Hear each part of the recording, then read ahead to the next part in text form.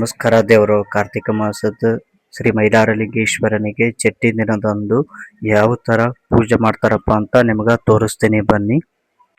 ಚಟ್ಟಿ ದಿನದಂದು ಶ್ರೀ ಮೈಲಾರಲಿಂಗೇಶ್ವರನ್ ನೋಡ್ರಿ ತುಂಬಾ ಚೆನ್ನಾಗಿ ಪೂಜೆ ಮಾಡಿರ್ತಾರ. ಹಿಂದಿನ ವಿಡಿಯೋದಾಗ ಹಾಕಿದ್ದೆ ಎಲ್ಲ ಹೂವಿನ ಅಲಂಕಾರ ಎಲ್ಲ ಹೂವ ತಂದದಂತ ಕೇಶನ್ ನಿಮ್ಗೆ ಹೇಳಿದ್ದೆ.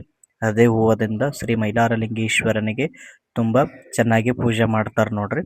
ಚಟ್ಟಿ ಅಮಾವಾಸ್ಯೆ ಯಾವ ವಾರ ಆಗಿರ್ತದಲ್ಲ ಅದೇ ವಾರ ನೋಡ್ರಿ, ಮುಂದಿನ ವಾರದಂದು ಶ್ರೀ ಮೈಲಾರಲಿಂಗೇಶ್ವರನಿಗೆ ಚಟ್ಟಿ ಅಂತ ಕಾರ್ಯಕ್ರಮ ಮಾಡ್ತಾರ ನೋಡ್ರಿ. ಅವತ್ತಿನ ದಿನ ಕೂಡ ತುಂಬಾ ಹೂವಿನ ಅಲಂಕಾರದಿಂದ ತುಂಬಾ ಚೆನ್ನಾಗಿ ವಿಶೇಷವಾಗಿ ಪೂಜೆ ಮಾಡಿರ್ತಾರ ನೋಡ್ರಿ.